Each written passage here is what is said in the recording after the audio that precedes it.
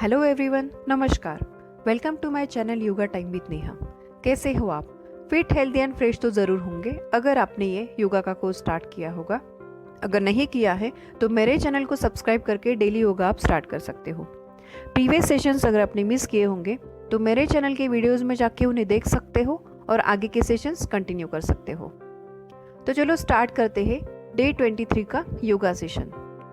रोज की तरह सबसे पहले हमें करने हैं 3 ओमकार और दी हुई प्रार्थना। तो आज के सेशन में हम सीखेंगे कैसे करना है अकर्ण धनुरासन प्रकार 2।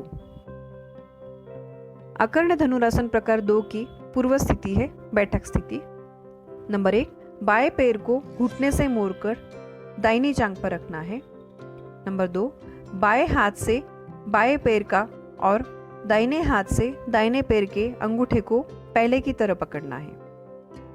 नंबर 3, सांस छोड़ना है और सांस लेते हुए बाएं हाथ से बाएं पैर को पहले की तरह ही बाएं कान तक ऊपर उठाना है और श्वसन मंद गति से करना है।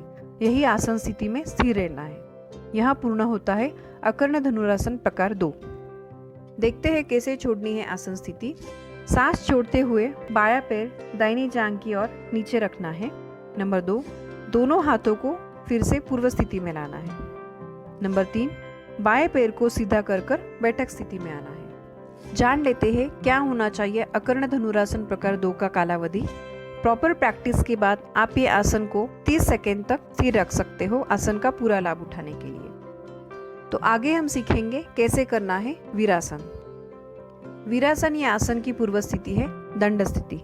नंबर 1, बाएं पैर को आगे लाकर बाएं पंजे को शरीर से अधिक दूरी पर रखना है।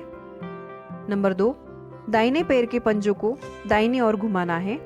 नंबर 3, दोनों हाथों की हथेलियों को नमस्कार की स्थिति में आपस से एक दूसरे से जोड़कर बाएं घुटने पर रखना है।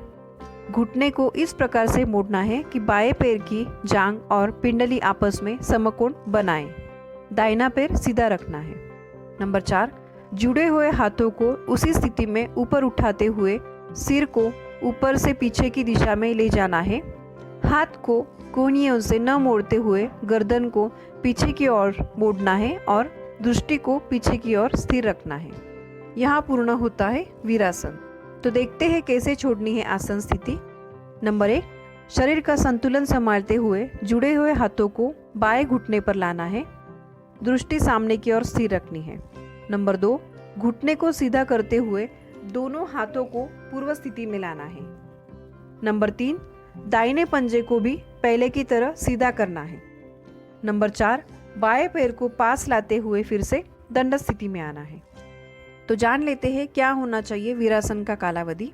प्रॉपर प्रैक्टिस के बाद आप ये आसन को 1 मिनट तक स्थिर कर सकते हो आसन का पूरा लाभ उठाने के लिए।